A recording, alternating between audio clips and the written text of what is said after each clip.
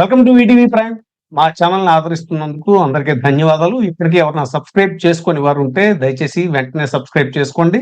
Like చేయండి, share చేయండి. మరెన్నో వీడియోలు ఇలాంటి విభిన్నమైన వీడియోలు మీ ముందుకి తెచ్చే ప్రయత్నం ఎప్పుడూ జరుగుతూ ఉంటుంది. ఇప్పుడు ఈవేళ ముఖ్యంగా ఏపీ కేబినెట్ సమావేశం జరిగింది. దాంట్లో పలు అంశాలు చర్చకొచ్చాయి. వాటి మీద విశ్లేషించడానికి మనతో ఉన్నారు సీనియర్ సంపాదకులు, రాజ్యాంగ న్యాయశాస్త్ర పుట్టభద్రులు విజయబాబు గారు. సార్ నమస్తే సార్. అదే ఇవాళ ఏపీ కేబినెట్ లో పలు అంశాలు చర్చకు వచ్చినట్టు తెలుస్తుంది సార్. ముఖ్యంగా రాష్ట్రీయ అంతర్జాతీయ విషయాల మీద చర్చించారని తెలుస్తుంది.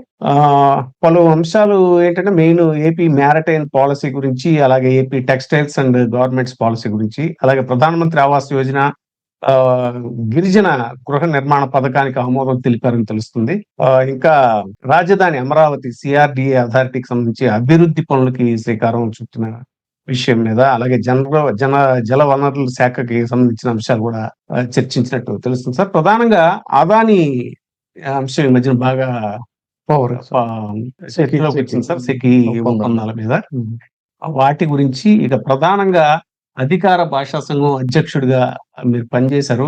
సో ఆ విషయం గురించి మిమ్మల్ని అడిగే ఇదేంటంటే, పొట్టి శ్రీరాములు గారి వర్ధంతిని ఆత్మార్పణ సంస్మరణ దినోత్సవం అని ప్రకటించారట. దాని మీద ప్రధానంగా అసలు దాన్ని ఎలా కాకినాడ బియ్యం కాకినాడ బియ్యం మొత్తంగా అయితే ఆంధ్రప్రదేశ్ కేబినెట్ దాదాపుగా 2.5 గంటల పాటు చాలా సీరియస్ గా ఈ అంశాల గురించి చర్చ జరిగింది. వెరీ సీరియస్ డిస్కషన్ అని చెప్పాలి అన్ని అంశాలు కూడా. అయితే ఇక్కడ గమనించాల్సింది ఏంటంటే, వీరు చేసినటువంటి డిస్కషన్స్ కొన్నేమో రాజకీయ పరమైనటువంటి చిక్కుముడులు ఉన్నటువంటి అంశాలకు కొన్నిటిని మనం చూడాలి. కొన్ని సరే వాళ్ళు ఒక ప్రొసీజర్ లో వెళుతున్నారు కాబట్టి దానికి సంబంధించినటువంటి డెవలప్మెంటల్ యాక్టివిటీస్ అంటే ప్రధానంగా వాళ్ళ మెయిన్ ఎజెండా ఏంటంటే అమరావతి. సో అమరావతికి అంతకుముందు ఆల్రెడీ ప్రతిపాదనలు ఏవైతే ఉన్నాయో వాటన్నిటికీ కూడా కేబినెట్ కూడా అధికారికంగా ఆమోద ముద్ర వేసింది. అదేవిధంగా అంతకుముందు కొన్ని ఏంటంటే వాళ్ళకి ఏదున్నా సరే దీని తర్వాత మన ఐఎన్పిఆర్ మినిస్టరు, తర్వాత నారాయణ గారు ఇద్దరు కూడా కలిసి సంయుక్తంగా కూడా మీడియా సమావేశం ఏర్పాటు చేశారు. ఏది ఉన్నప్పటికీ కూడా ప్రతిదానికి గత ప్రభుత్వ వైఫల్యం అనేటువంటిది సరే వాళ్ళకి అలవాటు అయిపోయింది. సరే ప్రభుత్వ వైఫల్యాలు కాబట్టి మీ పట్ల జనాలు ఆశతో ఆసక్తితో మీకు ఇంత భారీ మెజారిటీ ఇచ్చినప్పుడు ఏంటంటే ఇక పదే దాన్ని గత జల సేతు బంధనాలు అనేటువంటి విధంగా వాటి గురించి చెప్పడం కదా, మీరేం చేయబోతున్నారు, ఏం చేస్తున్నారు అనేటువంటిది చెప్పాలి. ముఖ్యంగా ఏమిటంటే మీరు ప్రామిస్ చేసినటువంటి వాటిల్లో ఉద్యోగాల మరి ఉద్యోగాలు ఇస్తామని చెప్పన్నారు. వాటికి సంబంధించి అసలు ఇప్పుడు దాకా జరిగిన కేబినెట్ సమావేశంలో ఎక్కడా కూడా ఉద్యోగ కల్పన లేదు. అదేంటంటే ఆంధ్రప్రదేశ్ లో ఐటీ హబ్ ని డెవలప్ చేస్తామని చెప్తారు. ఆల్రెడీ సౌత్ లో బెంగళూరులో సరే, చెన్నైని అలా పక్కన పెట్టినట్టయితే బెంగళూరులో ఐటీ హబ్ అనేటువంటిది అంతర్జాతీయ స్థాయిలో ఉంది. దాంతో పోటాపోటీగా ఇవాళ హైదరాబాద్ లో ఐటీ హబ్ అనేది డెవలప్ అవుతుంది. అయితే ఆంధ్రప్రదేశ్ కి సంబంధించి ఐటీ హబ్ ని మీరు డెవలప్ చేస్తారా, లేదు అగ్రికల్చరల్ ఆస్పెక్ట్ లో, టూరిజం ఆస్పెక్ట్ లో, ఓకే టూరిజం అన్నారు బాగుంది, ఎందుకంటే టూరిజం డెవలప్ చేయడానికి కావాల్సిన అన్ని రకాలైనటువంటి సదుపాయాలు ఆంధ్రప్రదేశ్ ఉన్నాయి. ఆ యాంగిల్లో డెవలప్ చేయాలి. అదే విధంగా వ్యవసాయానికి సంబంధించి. అంతేగాని అక్కడ వాతావరణ పరిస్థితులు ఏంటి, అక్కడ ఉన్నటువంటి స్థితిగతులు ఏంటి, అక్కడ ఏ విధంగా ఐటీ డెవలప్ అవుతుందని చెప్పిన ఐటీ హబ్ ని డెవలప్ చేస్తా ఉంటారు. అసలు సాధ్యమయ్యేటువంటి పనేనా ఇది? ఆలోచించాలి కదా, ఎలా సాధ్యం, ఏ విధంగా అక్కడికి వస్తారనుకుంటున్నారు, అక్కడికి వచ్చి ఏ విధంగా ఎంత మీకు టెక్నాలజీ పెరిగినా కూడా ఇది కాదు. అది ఇప్పుడు తోటోడు తొడగోసుకుంటే నేను మెడ కోసుకుంటాను సామెత ఉంది. ఆ విధంగా ఆ హైదరాబాద్ లో ఐటీ హబ్ డెవలప్ అయింది అంటే అందుకు కావాల్సినటువంటి ఆ వాతావరణం కానీ, అక్కడ ఉన్నటువంటి భూమికి సంబంధించిన ఇష్యూస్ కానీ, కన్స్ట్రక్షన్స్ కానీ, శరవేగంగా పెరిగేటువంటి ఇది కానీ, తర్వాత ఏంటంటే అక్కడి నుంచి ఉన్నటువంటి మన వీటికి సంబంధించి ఫ్లైట్స్ కానీ ఇవి కానీ, ఇదంతా కూడా అక్కడ ఉన్న వాతావరణం. ఇక్కడ ఎప్పటికయ్యాను ఇదంతా కూడా, ఇది అసలు సాధ్యపడేటువంటి విషయం. ఇది పూర్తిగా నేల విడిచి సాము చేసేటువంటి ఇదేను. తర్వాత మధ్య పెట్టేటువంటి అంశాల్లో ఇది ఒక అంశంగా మనం తీసుకోవచ్చు. సరే, ఇక ఆ విషయాన్ని ఆలోచించినట్టయితే బియ్యం మీద కయ్యం, ఈ బియ్యం మీద కయ్యం కొన్ని రోజులుగా నడుస్తా ఉంది. ఆయన పవన్ కళ్యాణ్ గారు ఏదో అక్కడికి వెళ్ళి ఏంటి ఆయన అన్న డైలాగ్ ఏదో బాగా పాపులర్ ఏదో సినిమాకి కూడా ఆ టైటిల్ ఎవరు రిజిస్టర్ చేశారని చెప్పారు. Seize the ship. Seize the ship అని చెప్పని అన్నారు. ఇంకేముంది సీజ్ చేసేస్తారు అనుకుంటే అది ఇప్పటికీ కూడా సీజ్ చేసినట్లేదు. ఆసక్తికరమైన అంశం ఏంటంటే దీని మీద చాలా సీరియస్ గా డిస్కషన్ జరిగింది. జరిగిన తర్వాత తేల్చింది ఏంటయ్యా అంటే ఇన్స్టాంట్ గా ఇప్పుడు ఏదో అదొక బర్నింగ్ టాపిక్ కదా. ఆ బర్నింగ్ టాపిక్ అక్కడ ఆల్రెడీ రెడ్ హ్యాండెడ్ గా వాళ్ళు పట్టుకున్నారు. దాని మీద ఏం చర్యలు తీసుకుంటున్నాం అనేటువంటిది మీడియా సమావేశంలో మీరు వచ్చి చెప్పేటువంటి ఇది లేదు. ఎందుకంటే ఏం నిర్ణయం తీసుకోవాలి. దీని మీద కఠినమైనటువంటి చర్యలు తీసుకోవాలి. దీనికి ఒక బ్రహ్మాండంగా అక్కడ ఒక చెక్ పోస్ట్ లాంటిది ఏర్పాటు చేయాలి. దీనికి ఒక అది చేయాలి ఇది చేయాలన్నారు కానీ ఇది చేస్తున్నాం ఇప్పుడు జరిగిన సంఘటన మీద మేము ఇది ఇలా ఈ చర్యలు తీసుకుంటున్నాం అనేటువంటిది లేదు. అంటే ఏదో డిప్యూటీ సీఎం ప్రెషరైజ్ చేశాడు కాబట్టి వాళ్ళంతా అల్లరి చేస్తున్నారు ప్రతిపక్షాలు అని అన్నారు కాబట్టి దాన్ని ఒక కంటి తుడుపు చర్యగా మాత్రమే చేసుకున్నారు తప్ప విస్పష్టంగా ఇదిగో ఇప్పటికిప్పుడు దీని మీద ఈ చర్య తీసుకుంటున్నాం, ఈ దోషులను ఇలా మేము ఆల్రెడీ ట్రేస్ అవుట్ చేసాము, వీళ్ళు దీనికి కారకులు అనేటువంటిది ఎక్కడా కూడా లేదు. ఇది ఉద్యోగ కల్పన గురించి ఎక్కడా లేదు. తర్వాత ఈ బియ్యం మీద కయ్యానికి సంబంధించినటువంటి పరిష్కారం ఏంటి, ఎవరు ఏం చేశారు ఏంటి అని దాని మీద కూడా ఎక్కడ మనకి విస్పష్టమైనటువంటి ఇది లేదు.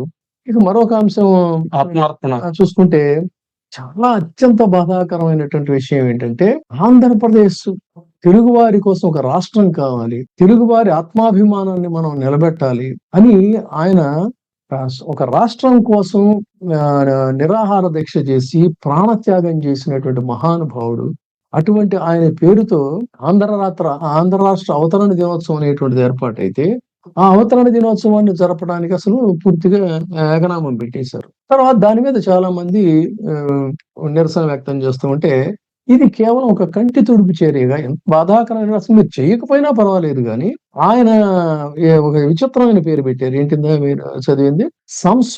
ఆత్మార్పణ సంస్మరణ దినోత్సవం అంట.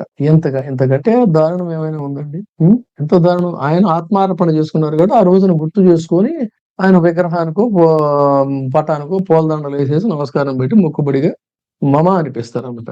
అదే ఆయన చేసిన త్యాగానికి ఆయన చేసిన త్యాగానికి ఆయన ఏం ఫలితం ఆశించలేదు. కానీ మనం తెలుగువాడిగా మన విద్యుక్త ధర్మం ఏంటంటే ఆయన పేరుతో కనీసం రాష్ట్ర అవతరణ దినోత్సవ వేడుకలు జరుపుకోవడం అనేటువంటిది కనీస బాధ్యత. దాన్ని కాదన్నట్లయితే ఆయన పేరుతో ఒక సంస్మరణ భవనాన్ని ఏర్పాటు చేసి తెలుగు వాళ్ళకి సంబంధించి ఆయన పేరుతో కొన్ని పురస్కారాలు అందించడం, వివిధ రకాలైనటువంటి పురస్కారాలు, ఇలాంటిది ఏదన్నా ఒక నిర్ణయం తీసుకోవాలి. కానీ కేవలం ఏంటంటే కంటి తుడుపు చర్య తప్ప మరొకటి కాదు. ఇది పూర్తిగా ఆయన్ని అవమానించటప్ప మరొకటి కాదు. ఇది మాత్రం చాలా స్పష్టంగా చెప్పక తప్పదు. ఇది చాలా తప్పు, ఇది అపరాధం. ఆయన పట్ల ఇది ఒక అపరాధంగా నేనైతే భావిస్తున్నాను. ఇది సో మొత్తంగా ఓవరాల్ గా చూసుకున్నప్పుడు ఏంటంటే ఆంధ్రప్రదేశ్ లో ఒక చాలా స్వల్ప వ్యవధిలోనే ఒక అన్రెస్ట్ అనేటువంటిది క్రియేట్ అవుతుంది. అంటే మోర్ ఓవర్ సరే ఒక పక్కన ప్రతిపక్షాలను అణిచివేతలు, వెంజెన్స్ పాలిటిక్స్, ఆ వెంజెన్స్ పాలిటిక్స్ ని సమర్థించుకోవటం కోసం వారి అనుకూల మీడియా బలమైనటువంటి మీడియా కాబట్టి రకరకాల వాళ్ళు చేసేటువంటి ప్రయాసలు, ఆ క్రమంలో వ్యక్తిత్వ హననాలు, ఇవన్నీ పరంపరలు జరిగిపోతున్నాయి. కాకపోతే ఇది ఎంతకాలం సాగుతుంది అని అంటే మీకు ఒకటే ఇక్కడ చెప్పదలుచుకున్నాను. మొన్న వైసీపీ మాజీ ఎమ్మెల్యే, అంతకుముందు ఆయన మంత్రిగా కూడా చేసినట్టున్నారు, చెవిరెడ్డి భాస్కర్ రెడ్డి మీద పోక్సో కేసు పెట్టాడు. పెట్టి తర్వాత ఏమైంది, ఆ యలమంద అనే ఆ బాలిక తండ్రి ఆయన కొన్ని రోజుల తర్వాత మీడియా ముందుకు వచ్చి చెప్పాడు, మనం విన్నాం, మాకు సహాయం చేసినటువంటి ఆయన్ని మేము చేయటువంటి ఇంతకంటే అన్యాయం ఏమైనా ఉంటుందా అని. అంటే ఏమైంది అప్పుడు ఇక్కడ ఆ కేసు పెట్టినటువంటి పోలీసులు రేపు పొద్దున సమాధానం చెప్పుకోవాలి. ప్రభుత్వం కూడా సమాధానం చెప్పాలి, ఎందుకు ఇలాంటి పని చేశారు అనేటువంటిది పోలీసులు కూడా ప్రభుత్వం కూడా సమాధానం చెప్పాలి. సరే ప్రభుత్వం ముఖ్యం అనుకుంది, అది అసలు పెద్ద ఇష్యూయే కాదన్నట్టుగా వరకుంది. ఇది ఎంత ఎంబారాసింగ్ సిచ్యువేషన్ అండి ప్రభుత్వానికి. పోక్సో లాంటి ఒక మాజీ ఎమ్మెల్యే మీద ఒక స్థానిక నాయకుడు, అతను గెలిచాడా ఓడిపోయాడు కదా, అక్కడ తనకి కూడా కొంత మరి పబ్లిక్ ఇది ఉంటుంది కదా, అలాంటి వ్యక్తి మీద అన్యాయంగా అకారణంగా పెట్టారు. ఆ అమ్మాయి తండ్రి బయటకు వచ్చి చెప్పాడు. ఇక్కడే చాలా కీలకమైన ఒక అంశం చెప్పదలుచుకుని ఏంటంటే, ఇవాళ అటు రామ్ గోపాల్ వర్మ మీద గాని, ఇంకా కొంతమంది మీద గాని, రోజా మీద కూడా పెట్టినట్టున్నారు. చాలా మంది మీద పాపం ఈ వాళ్ళ పార్టీ అనుచరులను, వాళ్ళ పార్టీ అభిమానులను వాళ్ళని ప్రేరేపించి వాళ్ళతో కేసులు వేయిస్తున్నారనేటువంటిది సర్వవిదితం ఇది. ఇందులో పబ్లిక్‌గా బహిరంగంగా ఈ రోజుకి ఇదవ్వకపోయినా ఇక్కడ యలమంద సంఘటనని అక్రమ కేసులు ఉత్సాహపడుతూ మన నాయకుడు చెప్పాడు గదా! అని చెప్పని ఎగేసుకొని వస్తే పెడుతున్నటువంటి వాళ్ళందరూ ఏంటంటే, ఈ రోజున యలమంద, రేపొద్దున వారంతా. ఖచ్చితంగా రేపు వాళ్ళు అనేక రకాలైనటువంటి ప్రభుత్వాలు ఉంటాయా లేదా కాదు. బట్ న్యాయస్థానాలు మాత్రం ఖచ్చితంగా దీని మీద న్యాయస్థానాలే వాళ్ళు ఇస్తున్నటువంటి తీర్పులకు కూడా మీరు వక్రభాష్యాలు చెప్తున్నారు. సరే అది ఎంతకాలం సాగుతుంది. కానీ అంతిమంగా బలైపోయేది ఎవరు అనంటే ఈ యలమంద లాంటటువంటి వాళ్ళే ఇదవుతారు. భవిష్యత్తులో ఈ అక్రమ కేసులు పెట్టడానికి ఉత్సాహపడుతున్నటువంటి వాళ్ళందరి మీద గూడా ఖచ్చితంగా రిపర్కషన్స్ ఉంటాయి.